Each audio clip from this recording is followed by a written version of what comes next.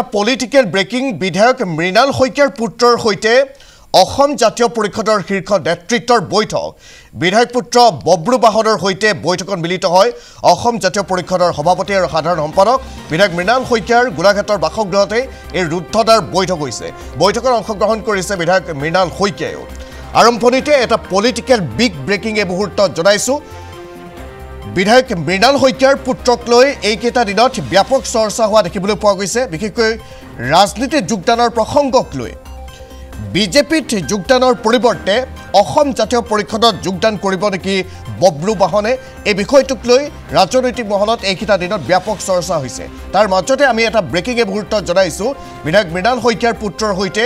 অসম জাতীয় পৰিষদৰ শীৰ্ষ নেতৃত্বৰে এখন অতি গুৰুত্বপূৰ্ণ বৈঠক হৈছে বিধায়ক পুত্ৰ বব্ৰু বাহনৰ হৈতে বৈঠকত মিলিত হৈছে অসম জাতীয় পৰিষদৰ সভাপতি লুৰিণজ্যোতি গগৈ আৰু সাধাৰণ সম্পাদকে বিধায়ক মৃণাল শইকীয়াৰ গোলাঘাটৰ বাসগৃহতে এই ৰুদ্ধদ্বাৰ বৈঠকখন অনুষ্ঠিত হৈছে বৈঠকত অংশগ্ৰহণ কৰিছে বিধায়ক মৃণাল শইকীয়াও আকৌ এবাৰ উল্লেখ কৰিব বিচাৰিছো এই বৈঠকখনত খুদ পিতৃ মৃণাল শইকীয়াও আছে বিজেপিৰ এগৰাকী বিধায়ক খুমটাৰ বিধায়ক হৈছে মৃণাল শইকীয়া আৰু এইকেইটা দিনত আকৌ এবাৰ উল্লেখ কৰিব বিচাৰিছো যে ৰাজনৈতিক মহলত এই বিষয়টোক লৈ প্ৰায় চৰ্চা হৈ থকা দেখিবলৈ পোৱা গৈছে যে বব্ৰু বাহন শইকীয়াই কোনটো ৰাজনৈতিক দলত যোগদান কৰিব ইতিমধ্যে এই সমগ্ৰ বিষয়টো সন্দৰ্ভত প্ৰতিক্ৰিয়া ব্যক্ত কৰিছে বব্ৰু বাহন শইকীয়াই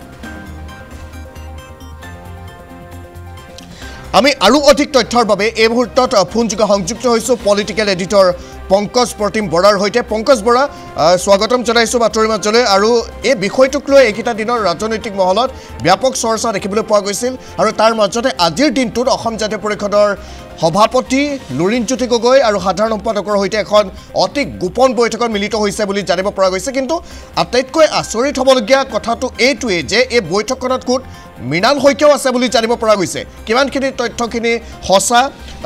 আৰু এই মুহূৰ্তলৈকে আৰু কি আপডেটছ আহিছে অভিষেক আপোনাৰ পৰা জানিব বিচাৰিছো পাঠক পুনতে এটা কথা কওঁ যে এই গোটেই বাতৰিটো যি সময়ত বব্ৰু বাহন শইকীয়া অৰ্থাৎ মৃণাল শইকীয়াৰ পুত্ৰৰ সৈতে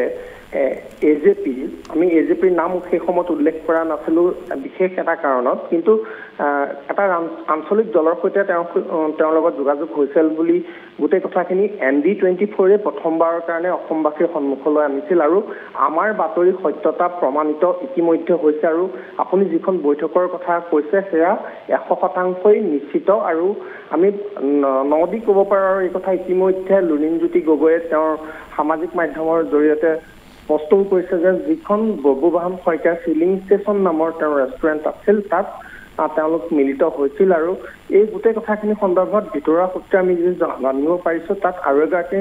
এজেপিৰ অসম জাতীয় পৰিষদৰ নেতা আছিল সেইগৰাকী হ'ল জগদীশ ভূঞা আৰু জগদীশ ভূঞা কোন সেয়া আমি নতুনকৈ কোৱাৰ কোনো প্ৰয়োজনীয়তা নাই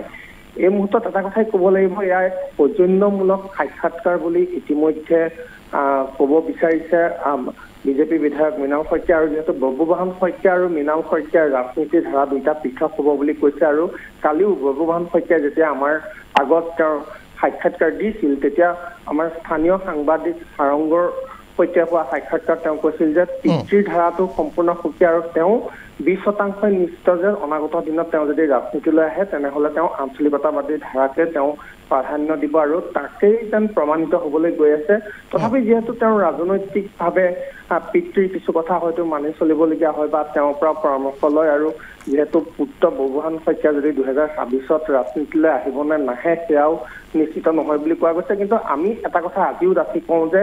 2026 চনত খুমটাই সমষ্টিত মৃণাল শইকীয়াৰ পৰিৱৰ্তে আমি বব্ৰু বাহন শইকীয়াক ৰাজনীতিৰ পথাৰত দেখিম আৰু কি ধৰণে কি ৰূপত আৰু এটা কথা এতিয়াই কৈ থওঁ যে আঞ্চলিকতাবাদী ধাৰাত হয়তো তেওঁ ভৰি দি ৰাজনীতিৰ পথাৰত তেওঁ ভৰি দিয়াটো প্ৰায় নিশ্চিত হৈ পৰিছে আৰু যিখন বৈঠকৰ কথা কোৱা গৈছে সেয়া 100% নিশ্চিত তেওঁলোক বৈঠকত বহিছিল আৰু আমাৰ হাতলৈ সেই নিশ্চিত খবৰ ইতিমধ্যে আহিছে আৰু এক সৌজন্যমূলক সাক্ষাৎকাৰ বুলি কৈছে আৰু যিহেতু পুত্ৰক লগ কৰিবলৈ আহিলে পিতৃক লগ পোৱাটো অস্বাভাৱিক নহয় কিন্তু সামগ্ৰিকভাৱে ৰাজনৈতিক যদি প্ৰেক্ষাপটটো আপোনালোকে এই মুহূৰ্তত অনুধাৱন কৰে সেয়া কিন্তু খুব তাৎপৰ্যপূৰ্ণ কাৰণ বিজেপিত জনসংঘ গঠনৰ প্ৰক্ৰিয়াও ইতিমধ্যে আৰম্ভ হৈছে যিসকল ক্ষুব্ধ নেতা যিসকলে কেন্দ্ৰীয় নেতৃত্বই হওক বা ৰাজ্যিক নেতৃত্বৰ ওপৰত ক্ষুব্ধ হৈ তেওঁলোকে পৃথকভাৱে চিন্তা কৰিছে আৰু তেনে সময়তে মৃণাল শইকীয়াৰ লগত মুখ্যমন্ত্ৰীৰ এটা দূৰত্ব ইতিমধ্যে বাঢ়িছে আৰু কি কাৰণত বাঢ়িছে সেয়া আমি দোহৰাৰ হয়তো প্ৰয়োজন নাই। এনে ক্ষেত্ৰত কিন্তু কি ধৰণৰ এক কৌশলী ৰাজনীতি হয়তো মৃণাল শইকীয়াৰ এই মুহূৰ্তত গ্ৰহণ কৰিছে সেয়া ৰাইজে নিশ্চয় বুজিব আৰু কিন্তু খুমটাইবাসীৰ বাবে সেয়া এক বিচাৰ্যৰ বিষয় হৈ পৰিব কাৰণ অনাগত দিনত তেওঁলোকে কাক তেওঁলোকৰ নেতা হিচাপে গ্ৰহণ কৰে বা কাক তেওঁলোকে দিছপুৰলৈ পঠায় মাজত এতিয়াও বহু সময় পাঠ বাকী আছে 2 বছৰৰ যথেষ্ট সময় আৰু এই পংকজ বৰা অৰ্থাৎ এটা কথা স্পষ্টকৈ আমি উল্লেখ কৰিব পাৰোঁ যে ২৬ৰ যি বিধানসভা নিৰ্বাচন আছে যদিহে আৰু কিছুদিনৰ ভিতৰত যদি বব্ৰুবাহন শইকীয়াই অসম জাতীয় পৰিষদত যোগদান কৰে সেই সন্দৰ্ভত হয়তো আজিৰ আলোচনাত এই বিষয়টোৱে ঠাই পাইছে। এতিয়া কথাটো হৈছে যে ২৬ৰ বিধানসভা নিৰ্বাচনলৈ বৰ বেছি দিন নাই। ইতিমধ্যে কংগ্ৰেছৰ পৰা আহি বিস্মিতা গগৈয়ে বিজেপিত যোগদান কৰিছে আৰু এই বিষয়টোক লৈ যেতিয়া যোগদান কৰিছিল তাৰ পাছতে মৃণাল শইকীয়াৰ প্ৰতিক্ৰিয়াটো সকলোৰে মনত আছে কেনেধৰণৰ প্ৰতিক্ৰিয়া ব্যক্ত কৰিছিল। এতিয়া কথাটো হৈছে খুমটাই বিধানসভা সমষ্টিটোক লৈ বিশেষকৈ ২৬ৰ বিধানসভা নিৰ্বাচনত চাবলগীয়া হ'ব আৰু এটা কথা যে বব্ৰুবাহন শইকীয়াই হয়তো অসম জাতীয় পৰিষদৰ পৰা তাত প্ৰতিদ্বন্দ্বিতা কৰিবও পাৰে সেয়া আমি নুই কৰিবও নোৱাৰোঁ। পাৰ্থ আপুনি খুবেই এটা গুৰুত্বপূৰ্ণ বিষয় উত্থাপন কৰিছে আপোনাৰ প্ৰশ্নৰ মাধ্যমত। এটা কথা মই স্পষ্টভাৱে এই মুহূৰ্ততো ক'ব বিচাৰোঁ যদিও এটা সময়ত প্ৰয়াত জীৱ গগৈ ডাঙৰীয়াৰ খুমটাই সমষ্টিত এটা প্ৰভুত্ব বিস্তাৰ কৰিছিল সমান্তৰালকৈ যদি চাই খুমটাই কিন্তু এটা সময়ত যেতিয়াৰ পৰা আঞ্চলিক দল হিচাপে অগপৰ উত্থান হৈছিল অগপৰো অন্যতম শক্তি কেন্দ্ৰত পৰিণত হৈ আছিল খুমটাই কাৰণ তাতো যথেষ্ট দীৰ্ঘদিন ধৰি কেতিয়াবা যদি কংগ্ৰেছ আন কেতিয়াবা আমি দেখিবলৈ পাইছিলোঁ অগপ দলৰ নেতা তাৰ পৰা বিজয়ী হৈ আহিছিল। গতিকে খুমটাই যিসকল ভোটাৰ ৰাইজ আছে আঞ্চলিকতাবাদী ধাৰাটোৰ প্ৰতি ক'ৰবাত নহয় ক'ৰবাত তেওঁলোক কম বা বেছি পৰিমাণে আকৃষ্ট আৰু সেই পৰিস্থিতিৰ পৰিৱৰ্তন ঘটাইছিল আন এগৰাকী নেতা সেইগৰাকী হ'ল মৃণাল শইকীয়াই। শেহতীয়াকৈ তেওঁ দুটা সময়ৰ বাবে দুটা কাৰ্যকালৰ বাবে তেওঁ বিজেপি দলক তাত নতুন ৰূপত উদ্ভাসিত কৰাই নহয় এটা কথা ক'ব লাগিব যে বিজেপিক অসমবাসীৰ লগত খুমটাই সমষ্টিৰ মাধ্যমেদি মৃণাল শইকীয়াক চিনাকি কৰাই দিয়াৰ ক্ষেত্ৰত এক বেলেগ ভূমিকা গ্ৰহণ কৰিছিল আৰু একেলগে দুবাৰ তেওঁ সেইটো সমষ্টিৰ পৰা বিধায়ক হৈছিল আৰু যি সময়ত আপুনি ইতিমধ্যে উল্লেখ কৰিছে বিস্মিতা গগৈ কংগ্ৰেছত থকাৰ সময়ত মৃণাল শইকীয়াৰ লগত তেওঁ দুবাৰকৈ পৰাজিত হৈছিল। এটা সময়ত তেওঁ একালৰ মন্ত্ৰীও আছিল কংগ্ৰেছৰ পৰা সেইগৰাকী বিস্মিতা গগৈ যোগদানৰ সময়ত কিন্তু মৃণাল শইকীয়াই ঘূণাক্ষুৰ অৱগত হোৱা নাছিল বুলি আমাৰ হাতলৈ খবৰ আহিছে। ইয়াৰ বিপৰীতে তাত আন দুগৰাকীও প্ৰাৰ্থী তাত আছে এই মুহূৰ্তত তেওঁলোকো টিকটৰ প্ৰত্যাশী জ্ঞানদীপ কাকতি আৰু পৰীক্ষিত দত্ত তেওঁলোকো বিজেপিৰ টিকটৰ কাৰণে তাত তেওঁলোকৰ কুচকাৱাজ অব্যাহত ৰাখিছে। গতিকে অনাগত দিনত খুমটাই ৰাজনীতিত কাৰণ অহাবাৰ নিৰ্বাচনত যদিহে মৃণাল শইকীয়াই নিৰ্বাচন নেখেলে মই যদিহে শব্দটো এইটো কাৰণেই কৈছোঁ যে যদিহে মৃণাল শইকীয়াৰ পুত্ৰ বব্ৰুবাহন শইকীয়া ৰাজনীতিলৈ আহে এটা কথা আপুনি নিশ্চিত থাকক যে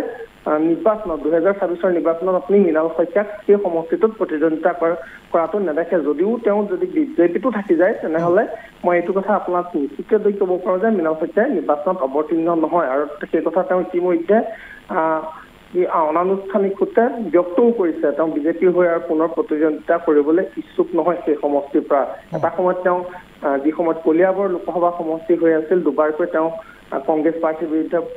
তেওঁ ৰণতো নামিছিল পৰাজিত হোৱাটো পিছৰ কথা কিন্তু বিজেপিক তাত প্ৰতিষ্ঠিত কৰাৰ ক্ষেত্ৰত বিজেপিক চিনাকি কৰি দিয়াৰ ক্ষেত্ৰত মৃণাল শইকীয়াৰ ভূমিকা যথেষ্ট অগ্ৰণী আছিল। কিন্তু সেই মৃণাল শইকীয়াক কালক্ৰমত যি পৰিৱৰ্তিত পৰিস্থিতিয়ে হওক বা যিসমূহ ঘটনা পৰিঘটনা ঘটি গ'ল তাৰপিছত একাষৰীয়া কৰা হ'ল আৰু তাৰে হয়তো এক প্ৰকাৰে ৰাজনৈতিক যি প্ৰতিশোধ লোৱাৰ সূত্ৰে হয়তো মৃণাল শইকীয়াই এক নতুন ৰাজনৈতিক এটা চাল হয়তো খেলিব পাৰে বুলি এই মুহূৰ্তত আমি নুই কৰিব নোৱাৰোঁ আৰু আন এটা কথা ক'বলৈ গ'লে সেয়া এক কৌশলী ৰাজনীতিও হ'ব পাৰে পুত্ৰক আঞ্চলিক দললৈ আগবঢ়াই তেওঁ কিন্তু তাত যিটো যিজোপা গছৰ ভেটি তেওঁ ৰোপণ কৰিছিল বিজেপিৰ মাধ্যমত সেই ভেটিটো কিন্তু পোষণ কৰাৰ এক পথলৈ লৈ যাব হয়তো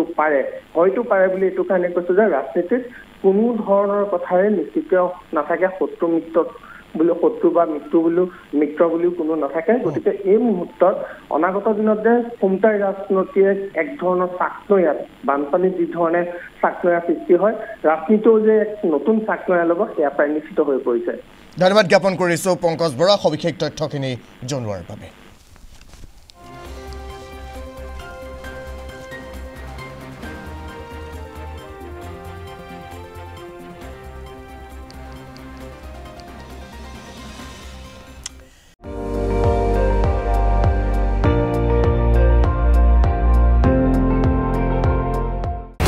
আপুনি চাই আছে ND24